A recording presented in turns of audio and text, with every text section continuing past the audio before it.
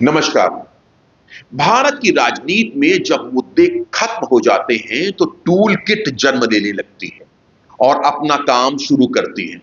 जब जनता के बीच जाने का दम नहीं बचता तो सोशल मीडिया पर व्यंग का चोला ओढ़कर नए प्रोपोगंडा फ्रंट खोल दिए जाते हैं। ये अर्बन नक्सल गैंग किसी भी तरह सत्ता पर पहुंचने को बेताब है। अब देशभक्ति की बात करने पर भी ये लोग आम लोगों को अंधभक्त कह के जलील करने का प्रयास करते हैं। 15 मई 2026 को सुप्रीम कोर्ट में एक सुनवाई के दौरान मुख्य न्यायाधीश जस्टिस सूर्यकांत ने एक टिप्पणी की थी। उन्होंने सिस्टम पर बिना वजह कीचड़ उछालने वाले कुछ तत्वों को लेकर कड़े शब्दों का इस्तेमाल किया। There are youngsters like cockroaches. They don't get any employment. They don't have any place in profession. Some of them become media. Some of them become social media. Some of them become RTI activists. Some have become another activists, and they start attacking everyone. And you people file contempt petition because I go to is not taking up the matter of as if there are already parasites in society. अगले ही दिन यानी कि 16 मई को social media पर अचानक एक तथाकथित राजनीतिक आंदोलन खड़ा हो जाता है, यानी सीजेपी।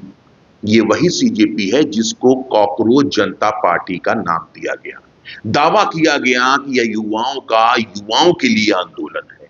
इसमें बेरोजगारी, आरटीई और महिला आरक्षण की बातें भी की गई थी। लेकिन इस पार्टी के पीछे का चेहरा कौन है? चेहरा है अभिजीत दीपके। आखिर कौन है ये अभिजीत दीपके, ये जानना बेहद जरूरी है। अमेरिका में बैठकर देश विरोधी पोस्ट करने वाला और देश के युवाओं को भटकाने वाला ये अभिजीत दीपके केजरीवाल की आम आदमी पार्टी की सोशल मीडिया टीम का पूर्व सिपा सालार रहा है। यानी क्रोनोलॉजी को समझने की जरूरत है। मुद्दा अदालत का था, लेकिन इसे लपक कर एक नया मोर्चा तैयार कर दिया गया। सवाल उठता है कि क्या यह महज एक युवा आक्रोश है या फिर मोदी सरकार को घेरने के लिए तैयार किया गया अर्बन नक्सल और विपक्षी इकोसिस्टम का एक कोई नया पैतरा। आज हम इसका पूरा कच्चा चिट्ठा खोलेंगे।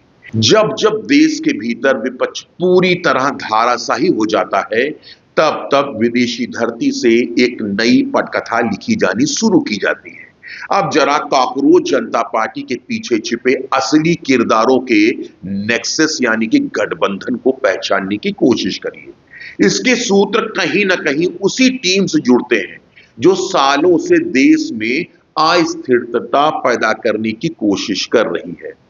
अरविंद केजरीवाल और मनीष सिसोदिया जो भ्रष्टाचार के आरोपों में घिरे रहे, जिनकी पूरी राजनीति ही धरने और अराजकता से शुरू हुई थी। उनकी टीम के पूर्व सिपा सालार इस नए नैरेटिव को लीड कर रहे हैं। इस पार्टी के लोगों को ना लोकतंत्र पर यकीन रहा है और ना चुनाव आयोग और ना अदालतों पर। अब चलिए इसमें थोड़ा और आगे चलते हैं। इसमें योगेंद्र यादव और प्रशांत भूषण भी हैं। ये वो स्वयंभू समाज सेवी और आंदोलन जीवी हैं जो हर उस जगह पहुंच जाते हैं जहां सरकार के खिलाफ आग सुलगानी हो, चाहे वो सीएए यानी कि शहीन बाग का प्रदर्शन हो या फिर किसानों के नाम पर दिल्ली को बंधक बनाने वाला कोई आंदोलन। इसमें लाल किले पर देश के तिरंगे का अपमान भी किया गया था। इनका पैटर्न बिल्कुल साफ है। विरोध सिर्फ मोदी का नहीं है, विरोध देश की प्रगति का है। विरोध इतना अंधा हो चुका है कि अगर देश की साख को अंतरराष्ट्रीय स्तर पर नुकसान पहुंचता है तो पहुंचने दो। ये खुलेआम बोल चुके हैं कि ये कांग्रेस और अखिलेश की सपा के साथ उन सभी पार्टियों के लिए काम करते हैं जो मोदी को सत्ता से बाहर करने में मदद कर सके, और अगर इसमें देश की संसद या न्यायपालिका कमजोर होती है तो उन्हें होने दिया जाए। बस इनका अर्बन नेशनल एजेंडा चलता रहे। देश में अराजकता और विदेश में बैठी ताकतों को मदद मिलती रही। इनका यही एकमात्र मकसद बन चुका है। कॉकरोच जनता पार्टी कोई अचानक पैदा हुआ आंदोलन नहीं है। यह उसी बड़ी टूल किट का हिस्सा है जिसके तहत युवाओं को यह सिखाया जा रहा है कि देश की हर संवैधानिक संस्था तुम्हारी दुश्मन है। जरा आंकड़ों पर नजर डालिए। पहला मामला 2022 से 2023 के बीच का है, जब राहुल गांधी कैम्ब्रिज और लंदन के दौरों पर गए हुए थे। वहां उन्होंने भारतीय लोकतंत्र की स्थिति पर सवाल उठाने शुरू किए थे।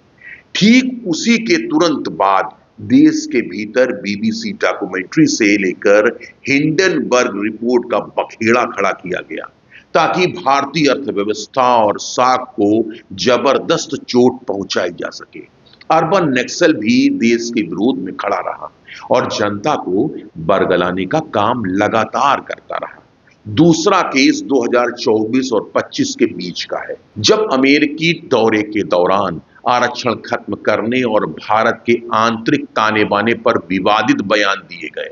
उसके तुरंत बाद देश के भीतर जातिगत जनगणना और नए सिरे से धरने प्रदर्शनों की बहार आ गई, और या फिर कहें लाई गई थी। अब जरा आंकड़े क्या कहते हैं ये भी देखते हैं।